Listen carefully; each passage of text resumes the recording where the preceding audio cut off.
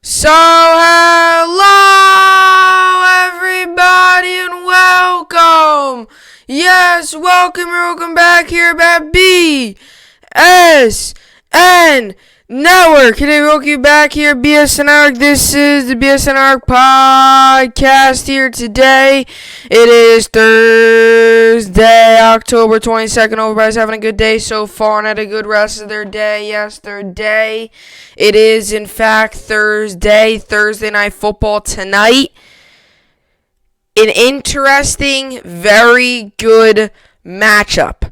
Two very bad teams, but two teams that still have a complete open shot in a complete open NFC East division where every single team could technically win that division. And I'm talking the Cowboys could, the Eagles can, the Giants can, and the Redskins can. And you're talking about teams that are 1-5 and they could still win the division. So it really is a very big game for the division. Now, if you're talking about a game for other divisions, if you're talking about a game, if this game was happening in any other division other than the NFC East, this would be a pretty bad game. It would probably not draw that many viewers. But very well, the winner of this game could very well be right next to the Cowboys for the rest of the season. It's actually a very big game for the NFC East. Now, for the NFL, whoever wins this game, it's not going to impact many other people because the division winner of the NFC East could very well come out of there 6-10 and probably going to lose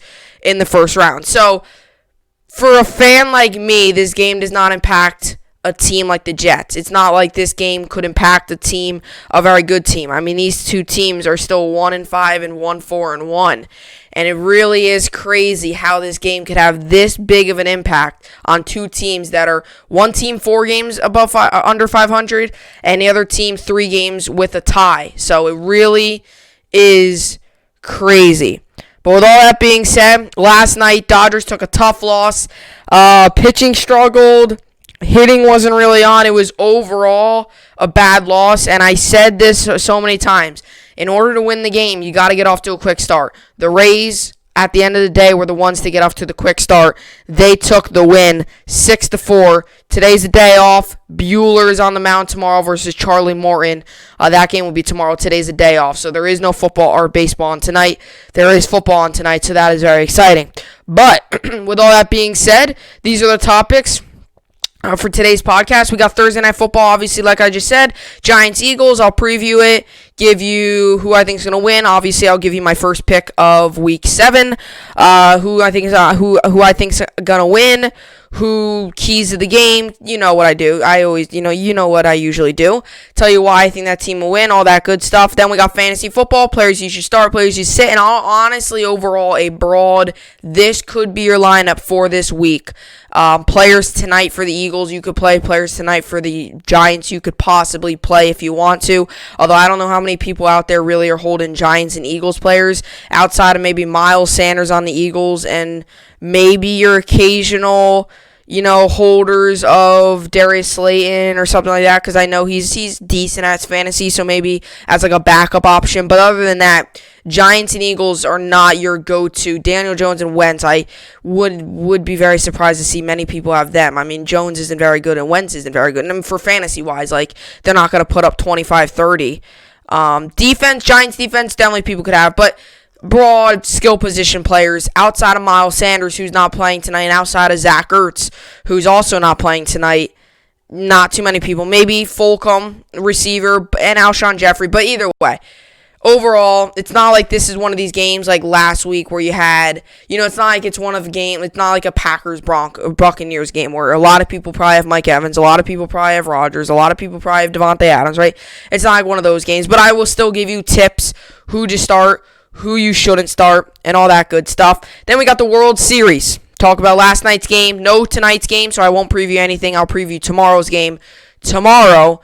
Since today there is no game, it's a day off for both teams, so teams can rest up. Dodgers fix what they did wrong, and tomorrow they'll be back at it. So with all that being said, this is the BSN podcast, and let's get right into it. So tonight is the first game of Week 7 of the NFL season. It really is crazy, and I know I always say this. I almost say this every year, but this year too. Like, it is really crazy how we had, it might just be because since March, it's almost like we've been through the wash. It's almost like we've been through a car wash, back inside of it, back again, back inside the car wash. And like, it almost seems like we've been through like a constant cycle of just craziness since really after the Super Bowl, everything came crumbling down for sports, for regular everyday life. And that is why I actually think that today, when you're sitting here week 7, you're like, really? We are already sitting here in week 7 of the NFL season. Like, we were talking 2 months ago. People were like 3 months ago. 3 months ago now seems like an absolute year ago.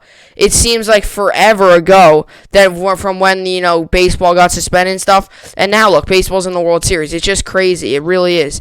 Now, baseball season was short, part of the reason because they only played 60 games. I mean, baseball would be still in their season if they restarted and played like 162, which they wouldn't be able to do, but they would be in the middle of their season right now. So, baseball, it's understandable, but football, this is every year. Like, it's already week 7. It is really crazy what NFL has done, and it really is crazy. We were sitting here talking about week 7 already, and it really is. So, today's week 7 matchup is an interesting one for the NFL, but a very big one for the NFC. So we all know the laughing stock division. If you're going to go by laughing stock teams, there's those teams that are laughing stock in the NFL. The division that is the laughing stock of the NFL is, in fact, the NFC East. By far the weakest division in football. I don't know if there's been any other division that's been like this back maybe in the 90s or the 80s when I, wasn't, around back then, right? I don't know if that was the case, but what I am trying to say is it really is crazy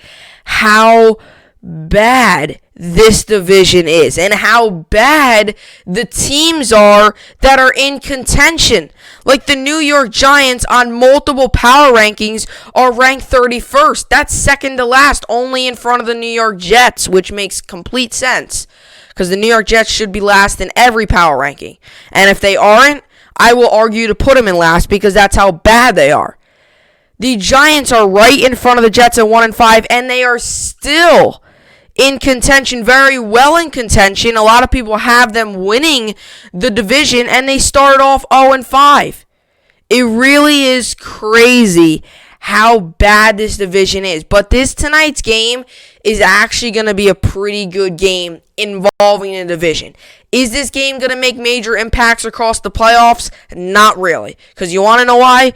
Whoever wins this division will be on the road the whole playoffs. Because they're probably going to be 6-10. They're going to be on the road the whole playoffs. They'll be on the road for the wild card, be on the road for the division, be on the road for the championship, and then finally come home.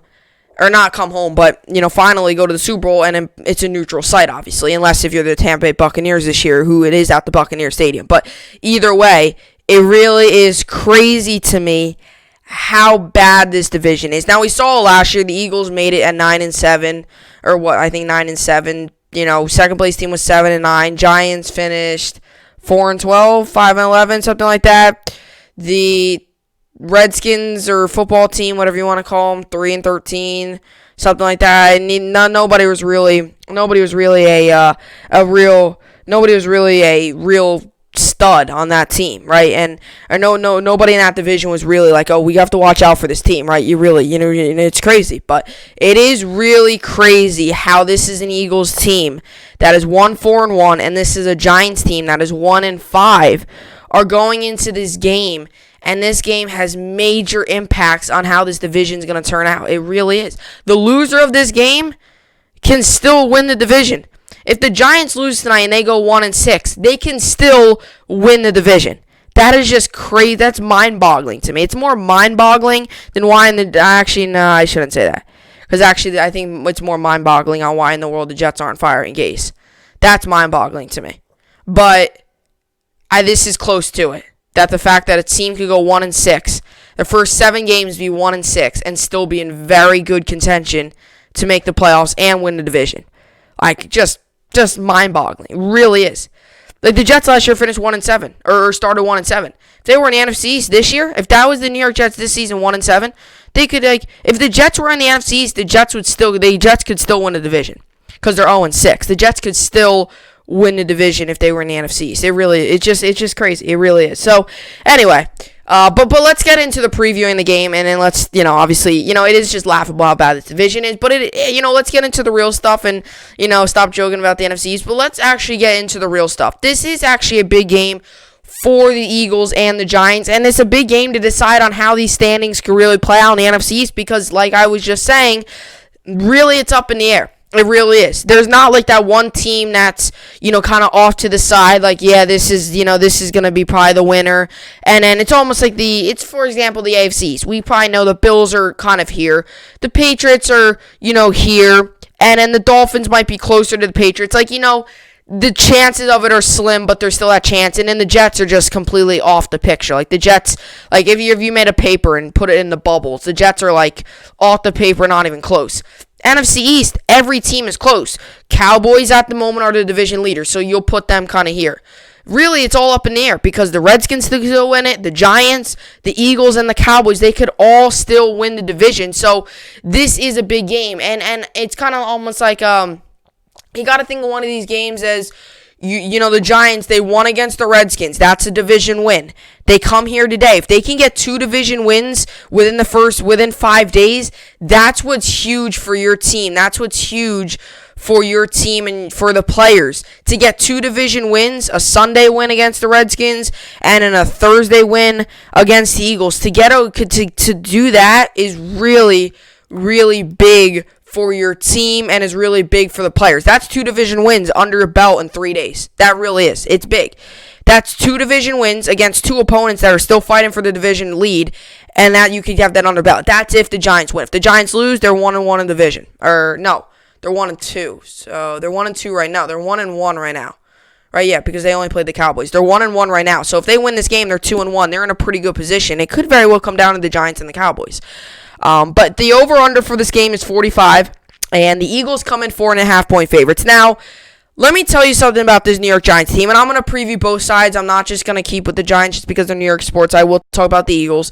I'll talk about each team's strengths like I always do. So let's talk about the Giants. Let's take some time and talk about the Giants here. So the New York Giants, let's go to their offense first. Their offense is definitely not the strength of their team, to say the very least.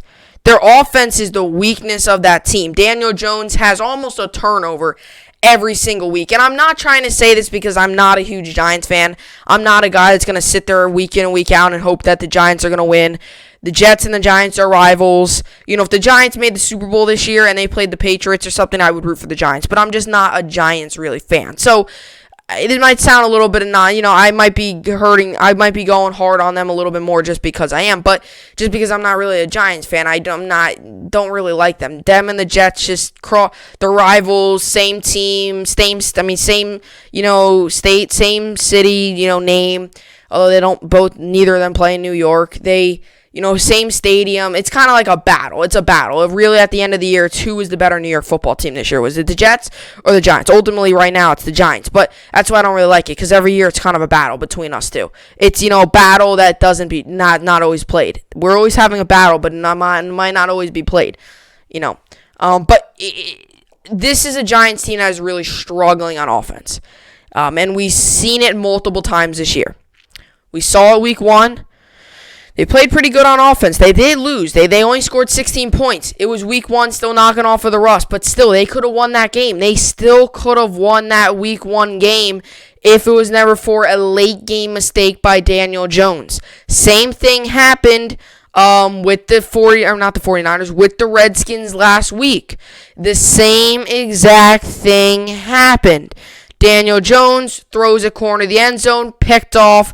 Redskins get the ball. That drive, they go downfield. I don't know if that was their scoring drive or if that was where they kicked the field goal. I'm not 100% sure what drive that was. All I know is that it was like 20-10, and I think that was the drive where or was it 13-10? Was it 30? I don't know. I forget. But I know that drive resulted in points by the Redskins, and it definitely made the game interesting, and that was a mistake. You're playing any other team, and I'm not trying to be mean to the Redskins here, but if you're playing any other team other than the Redskins who are really struggling, what are they? A 1-5 as well? A team who's still crazy, still can win the division, even though they are 1-5.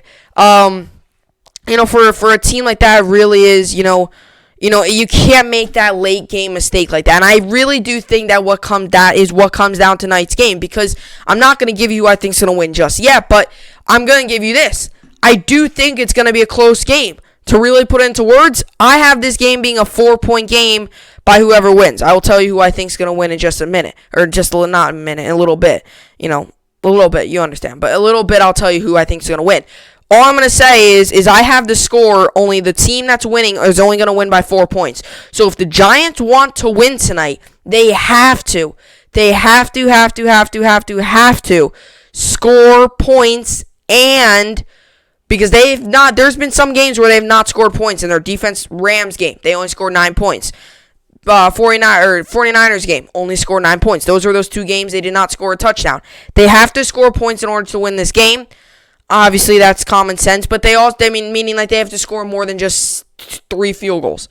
3 field goals ain't going to get the job. Maybe it will, because this Eagles offense, and I'll get to them in a little bit, they're not very good either. But this game, I think, is going to be a close game. In order for the Giants to win this game, they have to make Daniel Jones has to make good decisions. He can't make dumb decisions and turn over the ball late in games, because this is an Eagles team that might make you pay for those, things. They might really change the game depending on how those turnovers are. So the Giants and Daniel Jones specifically, and I'm not trying to just make fun of Jones here. I am telling the truth, and I'm sure Giants fans can admit to this too. Daniel Jones, if they want to win this game, he has to make right decisions in big moments in the game. It can't come down to your final drive where maybe you're scoring and you have to score a touchdown, and then all of a sudden you throw a pick and there's the game. You cannot do that. Daniel Jones did it against the Rams, lost them the game. Did it last week against the Redskins, almost lost them the game. He has to, in big moments of a game, come up big, step up in the pocket, make a good throw. Don't force anything. I noticed that Rams game, he forced it. Double coverage to, I think, Golden Tate, that's forcing a throw. Last week, too, against the Redskins, just miscommunication by the receiver. Daniel Jones didn't really, not really miscommunication, but the receiver obviously wasn't as far back as Jones expected him to. Throwing it into, either way, it was thrown into double coverage. The guy caught it. It might have been a miscommunication because the throw was like 10 yards from where the intended receiver was. But what I'm trying to say is Daniel Jones has to make right decisions if they want to win this game. Another thing, too, I think is, you saw it against Dallas. They were able to get the run game going. They got it with Devontae Freeman. He had a big game. He had a touchdown, 1 or 2 touchdowns, and like 80, 100 yards, something. I don't know. I could have to look back at his exact stat line. But I know in fantasy he had a big game. He had like 18, 19 points. They almost won that game. They put up 34 points that game. Yes, it's against a bad Cowboys defense. But if you just take that out of the equation, when they got the run game going, when they gave him a lot of carries, they were able to really make that game a close game. It came down to a kick by Greg Zuerlein, and he drilled it. Right? That's what the game came down to. That's what it ultimately came down to. That was their closest game so far. Yeah, or their closest loss of all season. And that was probably their best played game. Even though they lost, they scored 34 points. Yes, it was against probably the worst defense in the NFL, but still, the fact that they scored 34 points is 34 points. And they were able to get the run game going. Tonight, they got to do the same thing. If they want to win against this team, if they want to score points, they got to get the run game going. They didn't score many points against the Redskins. They only scored 20 tonight. It was only 20-19.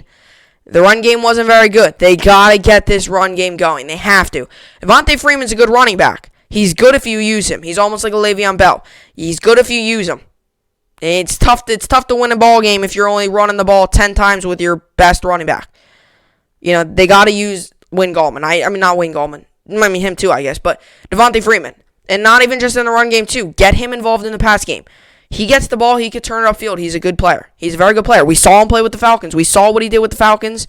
We've seen flashes of Falcons, Devontae Freeman with the Giants this season so far. They got to get the run game going.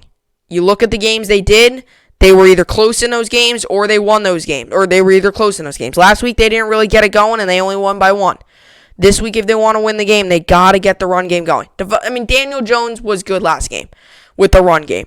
But I'm talking actual Devontae Freeman. Daniel Jones can't be your leading rusher every single week for your team. He just can't. Maybe he can, but I don't think that's going to be a successful recipe to make sure your quarterback's the leading rusher every single week. I just don't know if that's a successful recipe to trying to make the playoffs and or win the great prize of a Super Bowl. I just don't know if that's true. Another thing too is these receivers, they gotta just, they gotta make good plays. I mean, they do. I know there was against the Redskins game I was watching, there was a little bit of miscommunication. I don't know. There's a couple throws where Jones really airmailed receivers. I don't know if receivers were supposed to be, on a different way, or if it was just a bad throw by Jones. But receivers, this is actually this is probably one of the strengths of the Eagles team, is their secondary when they're healthy. This is a team that's their secondary definitely could be good when they're healthy, although today they are missing a big key in their secondary in Kayvon Wallace. So they're gonna have to try to take advantage of that. This receiving core, take advantage. The New York Giants ultimately should take advantage of. They should ultimately take advantage of the injuries on the Eagles, because the injuries are hurting. I'll read the injury report in a little bit. Now let's go to the defense. There is no Miles Sanders tonight for the Eagles. There is no Miles Sanders. Miles Sanders is out. Zach Ertz is out. Miles Sanders is the big key guy. Zach Ertz is another big key guy. Those are two weapons right out of the lineup. And those are not two players that aren't doing good. Ertz not doing the best, but Miles Sanders definitely in the conversation for top 10 running back in the league right now. He's having an excellent season, Miles Sanders. A really good year. When he's healthy, he's really good. He's out of the lineup just like that. Boom, he's out. Zach Ertz, one of the more reliable tight ends this league has seen in a long time. Very good. If you need him to come up with a big play in a big moment, he will. Boom, just like that, he's gone. He's out 3 to 4 weeks. Miles Sanders close with him. So those are two big name players, two big, really good guys on this offense that they're out. This defense has to take advantage of that.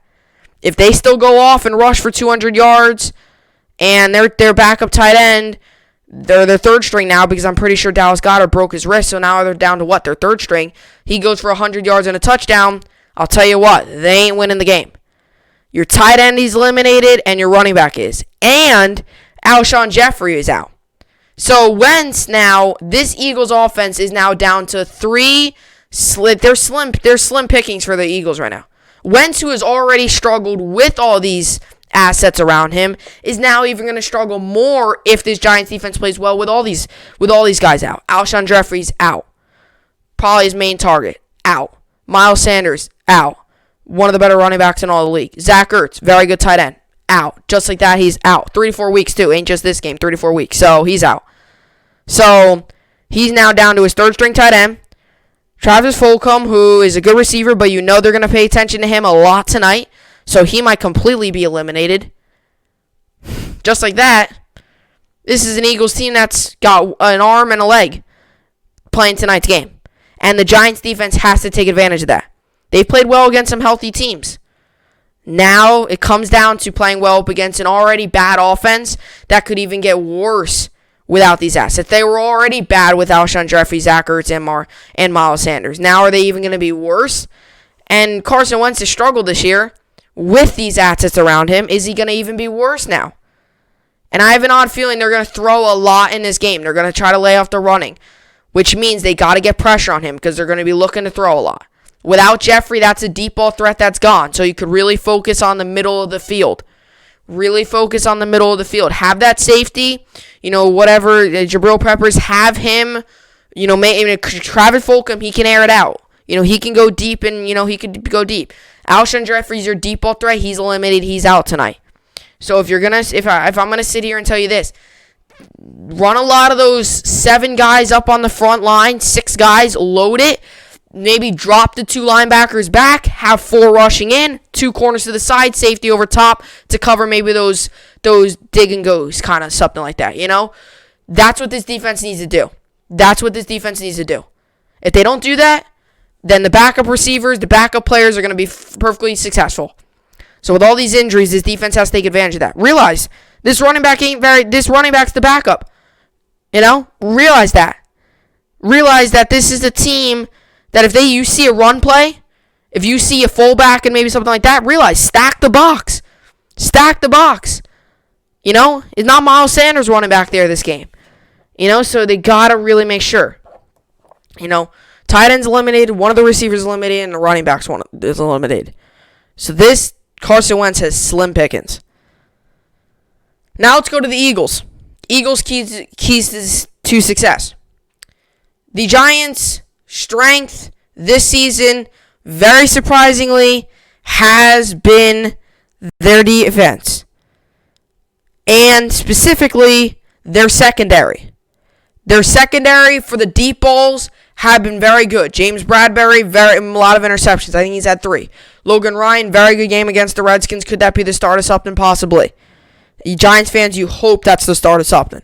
Because he's been off to a little bit of a slow start. You hope that's the start of something. Then you got James Bradbury. Jabril Peppers. Very good. Your safety. This is a team that might have a little bit of a tough time airing it out deep, especially without Alshon Jeffrey. I really believe if this team wants to win this game, they're going to have to rock a lot of underneath stuff. This linebacking core is pretty good, but I think this secondary, when you get to James Bradbury, when you get to Logan Ryan, when you get to Jabril Peppers, I think it's even better than Blake Marquez, Golden, and a couple guys like that. Right? His defensive front, too. Dexter Lawrence, very good. Has been very good. Leonard Williams he looks a lot like Jets Leonard Williams. He's made a lot of good plays. And that's going to affect the run game, and you're without Miles Sanders. I would try to say, if I was the Eagles tonight, I would try to say go easy on the run game. I wouldn't run it a ton. I would actually eliminate the run game a little bit. Run a lot of, Run a lot of trickery. Because of all these injuries, you got to maybe be creative. Doug Peterson is the king of being creative. I mean, look at what he did in the Super Bowl. He had Nick Foles go out for a pass, and he caught it. He literally had Nick Foles have a receiving touchdown in the Super Bowl. That ain't no preseason game. That's the Super Bowl, people. The biggest game of the year. So Doug Peterson's the master of creativity. Doug Peterson's got to be creative tonight if they want to win.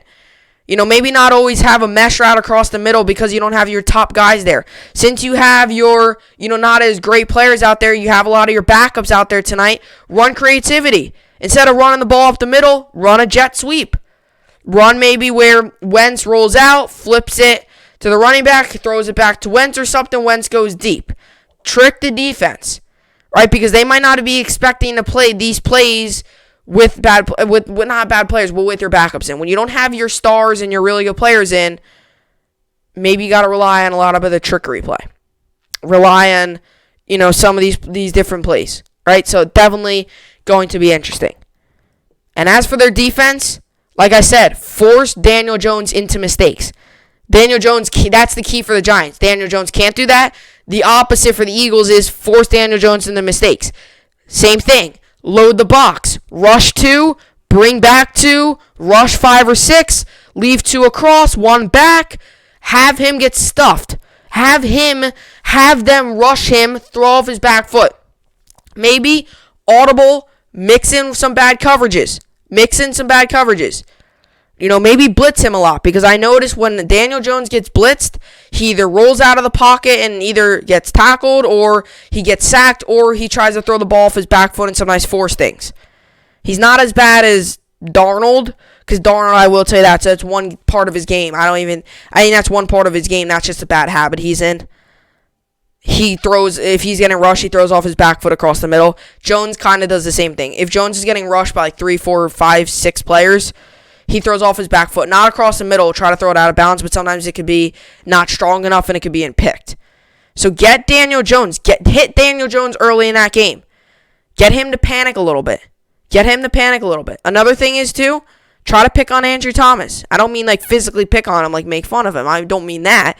But I mean, maybe have 2 guys put on him. Have 2 guys, because Andrew Thomas has struggled this year. Put your best defender, put your best guy in that line against Andrew Thomas. Right, try to work something out like that. Andrew Thomas he has potential.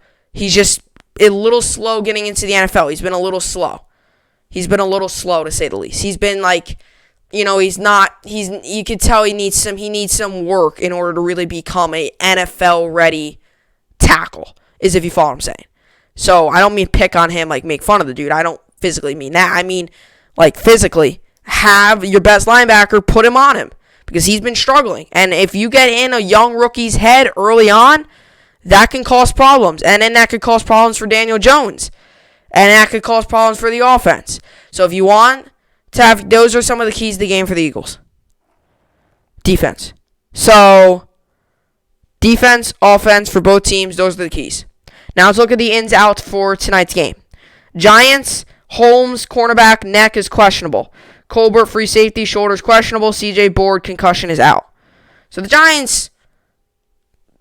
Giants injury list isn't horrible. I mean, it's not like you got any of these big, huge names. The CJ Board has made some good impacts, but he's obviously out. So let's go to the Eagles now. Alshon Jeffrey, calf, out. Driscoll, ankle, out. Kayvon Wallace, this is a big loss in the cornerbacking core. If he would have been maybe on Slane, you could air it out deep now. He's shoulder, out. Malik Jackson, D tackle, quadricep, out. Miles Sanders, knee, out. Zach Ertz, ankle, out. So, Jackson could have been one of those guys that you could have put on Andrew Thomas, a solid player. Ertz, Sanders could have really messed up this defense. Now they're both out. Alshon Jeffrey's out. Kayvon Wallace, solid guy in the secondary, out. So, you're missing 4 key players. Here, you're missing 4 key players. The obvious, so far, this season, the Giants are 31st in points per game, 16th in points allowed per game, 31st in total yards a game, 30th in pass yards, 30th in rush yards, 12th in yards per game, and like I said, rush yards, they're only getting about 87.7 a game. So, you got to be better than that, right? You got to be better. 30th is tough. And now look at the Eagles. This just goes to show you how much this running game impacts the Eagles. 122.3. That's 13th in the NFL, you rush yards per game, because Miles Sanders is there. No Miles Sanders, their running game gets eliminated. That really hurts them. That really, really hurts them. So, here is my pick for tonight. I have over under 45. 4.5 point favorites are the Philadelphia Eagles. Let me just run through the calculator here and tell you what I got if the over under. So, okay. So, over under is 45. Okay. So, over under 45. 4.5 point favorites are the Eagles. This is my pick. I got the Giants winning. I have the Giants winning 28-24. I think they win by 4. 28-24 Giants win, and I take the over on the over-under 45. Here's my simple reasoning. I read the keys of the game to you. I told you what I think is the key to the game for both teams. Here is my deal with the New York Giants. The New York Giants are pretty much healthy.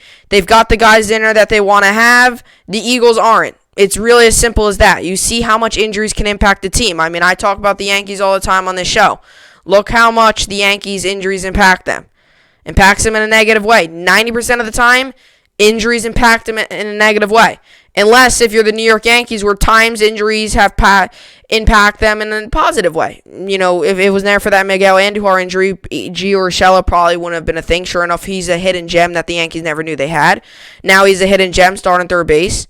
Luke Voit, it was never for the Greg Bird injuries and all that stuff. Luke Voit was a hidden gem. We would have never known him. So injuries can be leadways to possible, things that are good for your team. You never want to see an injury, but if you follow what I'm saying. If you get what I'm saying, you never want to see an injury, but possible the next guy up could get his chance, and he could be the guy ultimately that continues on with the team.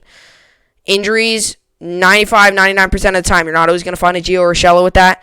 99% of the time, you're going to have injuries impact you in a negative way, and that backup for that star player is not going to be live up to the hype of what that star player did.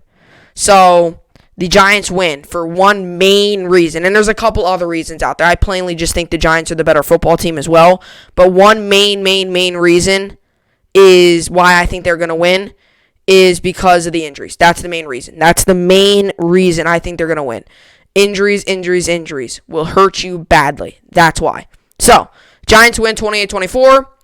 I take the over on the over-under of 45. That's my pick.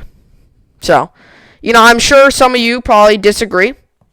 I mean, I'm sure because, I mean, picking the Giants, I'm never confident, really completely confident with picking the Giants. If the Eagles had Alshon Jeffrey, Miles Sanders, Zach Ertz, and Kayvon Wallace, even if just Zach Ertz was out, I still would have picked the Eagles probably. But with all those injuries, and ultimately today, the Giants, I think, are just a better football team. So it really does hurt you as a team. I will tell you that for sure. So definitely going to be pretty exciting tonight's game. I do think it's going to be exciting. Now, for any other division, is it exciting? Probably not, because, that division just is not very great. But, it is going to be, I think, exciting. So it's going to be interesting, and I think it's going to be a pretty solid game for that team, for the Giants. And I think the Giants win. Ultimately, I think at the end of the day, the Giants win the game. I just think injuries hurt them, and just overall, that's why. So, coming up next, fantasy football.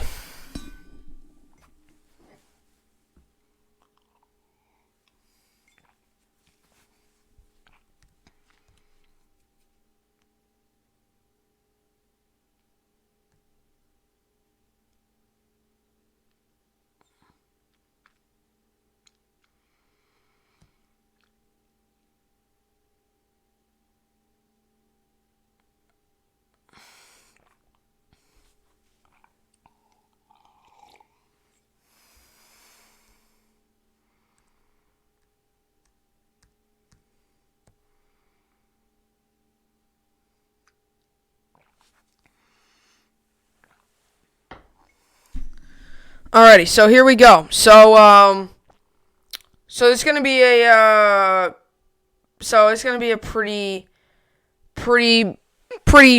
kind of, like I said, simple day for me as a fantasy user.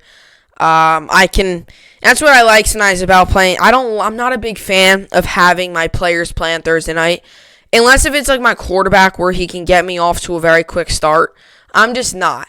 Like, I would rather sit there, watch a Thursday night game, and not have to worry about a player doing insane.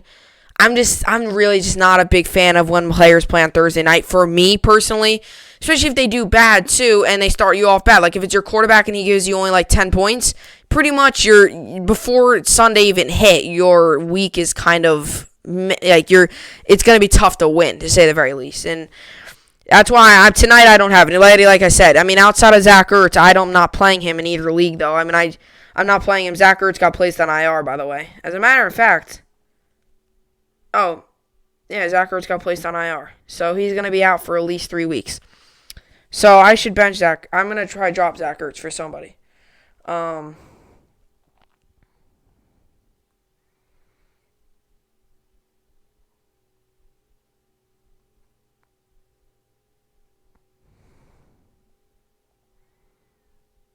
Actually, I'll pick up Noah Fant. I think that's making a move. Picking up Noah Fant. I think it's going to be a decent move. I mean, I might not play. Actually, he's questionable too. Was limited participant in Wednesday's practice. Lovely. I mean, not that I need a tight end. I mean, I'm benching all my tight ends until, really, Hunter Henry's my main tight end. He's my main tight end, to say the least. Pretty much is what I'm trying to say. He's my main tight end. Hunter Henry is my main tight end. I'm going to start him for probably, unless of an injury or if he just starts to struggle. So tonight, some possible players you could pick up. Travis Fulgam. He's a young player that has really sprouted out within the past week or two for this Philadelphia team, and not just in Philadelphia. All around the NFL, he's a name that's been talked about in fantasy, is a name that's been talked about as a possible, receiver to watch, for the future, and he's had a very good year. His position ranked is 28th. And he's averaging 15 points a game. And that's big. Averaging 15 points a game is big. Now, he did not play week 1, did not play week 2, did not play week 3. But his past 3 weeks have been everything the Eagles could have asked for, I'm sure, and more. Week 4, he had 11 points and he had a touchdown, 11 points. Or I'll just read you stat line. Week 4, he had 2 receptions, 57 yards, and a touchdown. And he had a total of 11 points. Week 5, he had 10 catches, 152 yards, a touchdown, and 21 points. And week 6 was last week. He had 6 receptions, 75 yards, a touchdown, and 13 points. And let me tell you something. All 3 of these games have been up against good defenses. Niners, good defense. Steelers, insane defense. Ravens, good defense. And he put up his best game against the Steelers, who are an insane defense. And that just goes to show you how good he can be. So, a player I would tell you is Travis Fulgam. I think he by far is probably the best pickup, best player you could start for the Eagles in today's game. And the reason I think that is just because of just how he's played. And I understand the Giants' defense is good, but you know they're going to be targeting him a lot. He's going to get his chances. I mean, Fulgam's going to get his chances, is what I'm going to try to get. You know, he might not. What I'm trying to say is Fulgam might not, catch all the balls that are thrown to him just because the Giants are going to realize that Fulgam's going to be that guy. He's going to be their main guy to throw it to because there is no Ertz or there is no Jeffrey. So they're going to really hone in on, they're probably going to put Bradbury on Fulgam. They're going to probably put their best corner on Fulgam. So he's going to have a tough matchup, but he's going to get his chances. Since he's the main guy out there, he's going to get his chances. Does that mean he's going to catch the ball if he gets 15 targets? Does he going to mean catch him 15 times? No, he might only catch him 7 times because of, they might put their best corner on him, and they probably will. So kind of what I'm going to try to say here is I would recommend, if Fulgam's on your lineup, he's not in mine, I'm not going to pick him up. If Fulgam's in your lineup, I would definitely recommend picking him up. As for the Giants, not too many players in the Giants. Other than that, for the Eagles, no. I mean, if you're feeling confident tonight's game with the Eagles, I guess you could pick up their defense. You could pick up any one of the team's defenses, to be honest with you, because I think any one of the team's defenses could be pretty solid, right? I think the Giants' defense could be a solid game, and I think the Eagles' defense could have a solid game. I think both these teams could have a solid game. So any defense for the Giants. That's really all I got for the Eagles. I mean, obviously no Miles Sanders, no Ertz. For the Giants, I would recommend, if I had to give you one, Darius Slayton. Here's my thing with Darius Slayton. He can get you yards. He might not give you always touchdowns, but he's going to give you yards. If you want a guy that might give you 8-9 points, Slayton. If you want a guy that's going to give you 15-16, Fulgam. Now, there's a difference. Now, you might say, always go for the high guy. Well, if you want to go for a guy that's going to probably give you a guaranteed 9 points, Slayton. Because Slayton's, the Giants are healthy. The Eagles aren't. Eagles, they're going to really hone in on guarding Fulgam. Especially how he's broke out these past couple weeks. They're going to really hone in. They're going to put their best guy on him. So, if you want a guy that's going to probably be open most of the time, Fulgam. But it's going to be definitely interesting. I do think it will be interesting. So, that in itself could be Slayton. And then obviously Giants defense. And if you really believe in the Giants, I guess Devontae Freeman. But like I said, I want to see him have 2-3 consistent games before I would start him. So I wouldn't recommend starting him. I understand the Eagles are hurt, but I want to see him have 2-3 consistent games. He's had a breakout game. But I want to see him have consistent games. I don't want to see one breakout game and the rest not be breakout. I want to see him have a couple really, really, really consistent games. And, he had 5 last week. He had 14 the 1 week, but he only had 5. So, he's really, really watch out for that. He's only averaging 7.1 a game. Evan Ingram could be another option, or I would not recommend starting him. He's had a very bad season, to say the very least. 0.9 points, 6.5, 2 points, 3 points, 8 points, 3. He's had a bad season, to say the very least. So I would not recommend starting Evan Ingram. Giants defense, sure. But other than that, it's not really your ideal fantasy night. I mean, not really your ideal kind of fantasy type game where you're going to be like, oh, yeah, these guys have to start for me. I mean, it's kind of, if Jeffrey and Ertz were there and Miles Sanders is pretty much a guaranteed start unless if you have, like, Zeke or somebody in front of him. But, yeah, so I like I said, I think, I know my score was 28-24, which is actually higher than I expected, but looking at the numbers, looking at each team's averages, I kind of balanced it out, and 28-24 is not a wild, actually, like, if I would have made it, like, 14-10, that would have been a little crazy.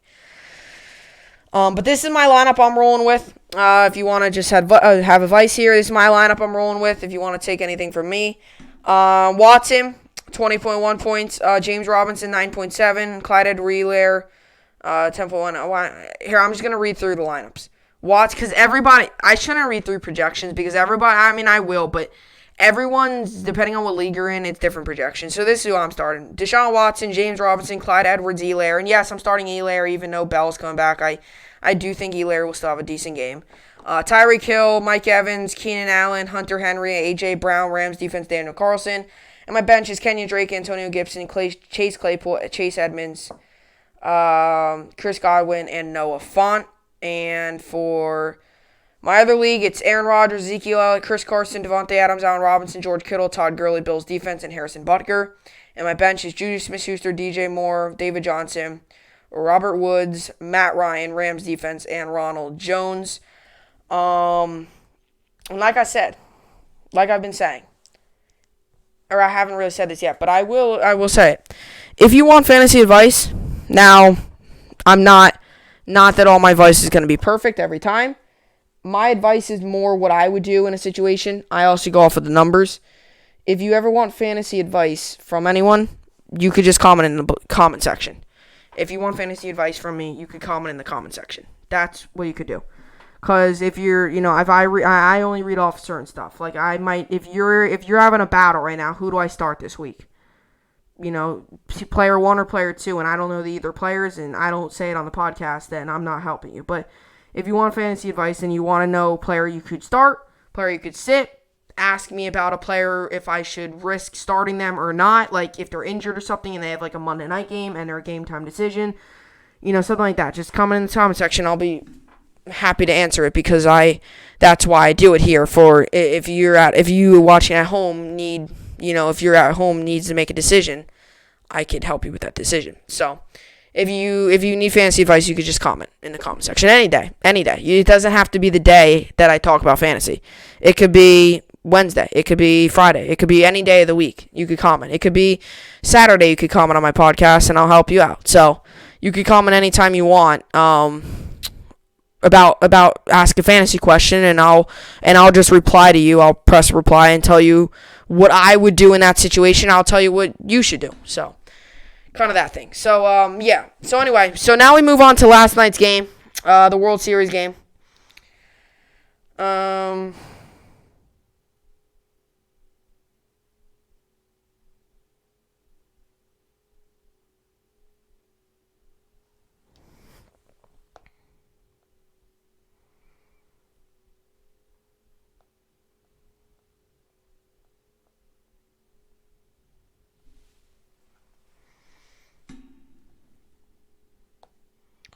Sorry about that. Let me just get this up.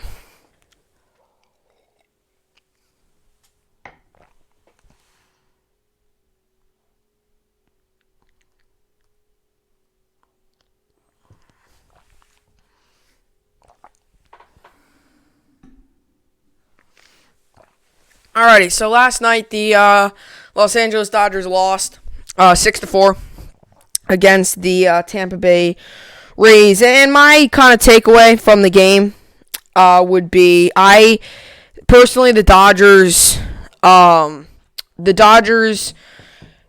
just weren't doing good on either side of the ball. And I was sitting and watching that game, and I was talking to people, and I was saying, like, the pitching's, yes, it's not good. I mean, when you let up 5 runs before your offense scores 1, it's tough. But the Dodgers also didn't hit the ball until the bottom of the 5th was their first hit, and it was a home run. It was a 2-run home run. So, is what I'm trying to say. Is if you follow what I'm saying, it was kind of one of those things where, I understand that, the Dodgers, obviously, pitching wasn't great. Dustin May came in, really struggled. It was 5-0 before they scored their 1 run. But what I was really noticing is the Dodgers weren't hitting either. I mean, they didn't get a hit through the first 4 innings of the ball game. And I'm going to tell you what, it's really, really difficult to win a game when you don't score a run and you don't get the hit. It's really difficult if you haven't realized that. If you've seen a baseball game, you've seen any sports game, scoring points, scoring runs, scoring points, scoring runs, scoring goals, scoring whatever you're in, whatever sport you're in, it does help. It does help by scoring points and scoring. Like last night, it does help when you score runs. I mean, I might be a little sarcastic here, but it does. I mean, it does. Ultimately, at the end of the day, the pitching wasn't sharp, and neither was the hitting. And my point that I've been trying to say for this whole time is, what team can get off to the quick start? The Rays did. The Rays scored 1 run in the first inning, added on 2 in the fourth, added another 2 in the fifth, added another 1 in the sixth. Ultimately, they won 6-4. That was the game. So, ultimately, the Rays came out, and they were overall the better team, and the Dodgers overall did not play well. Pitching and hitting, both sides of the ball were not well. It took a long time for them to get a hit. So, obviously, it's going to be interesting. But today, there is no ball game. There's no game on today. So, which is actually, I mean, I would love to watch the World Series, but, I've been watching, obviously, I watched the first 2 games, but tonight would have been tough. Like, what do you watch? I mean, I probably would have flopped. I probably would have watched both of them. Tonight now, I'm obviously just going to watch the World Series, or not the World Series, the Thursday Night Football game, since World Series isn't on tonight, there's an off day. But tomorrow the World Series resumes. Tonight's Thursday Night Football, so hopefully we'll all enjoy that. It's going to be a fun one to watch. I'll be watching, obviously. Yeah, when the World Series is done, it's going to stink because then there's only sporting events on Thursdays and Mondays and Sundays. But, there's not going to be anything on during the Tuesdays, Wednesdays, Fridays, and Saturdays. Saturdays, college football. I mean, you might get some small colleges play tomorrow on Friday, but I don't usually watch those games. Tomorrow I'll watch the World Series. I won't watch, the small college football games. If there's nothing on, maybe I would, but since the World Series is on, I'll watch the World Series. And obviously tonight, I'll watch the Thursday night game because that's what I always do. So, enjoy the Thursday night game tonight if you're going to watch it. So, enjoy it. I'll see you all back here tomorrow. Tomorrow, as crazy as it sounds already, Week 7 game picks are tomorrow. I'll give you Football Friday. You all know how it is. Give you my Jets preview. Talk about last night. Talk about today's game tomorrow. Obviously, I'll talk about the Thursday night game. Give you the Jets preview. Talk about all the games upcoming. Week 7 of the NFL season. Give you my picks. Fantasy football, stuff. Ask me questions, all that kind of stuff. We'll answer your questions. We'll do a fantasy football overview. It's old news by this point. You know what Football Fridays are. Go through the college football first week of the Big Ten. We'll make some good Big Ten picks. And, make the Miami pick this week. They got a big primetime game against Virginia, so we'll preview that game. And, Football Friday tomorrow. Enjoy the rest of the day. I'll see you all back here tomorrow. Hope you enjoyed it, and thanks for watching.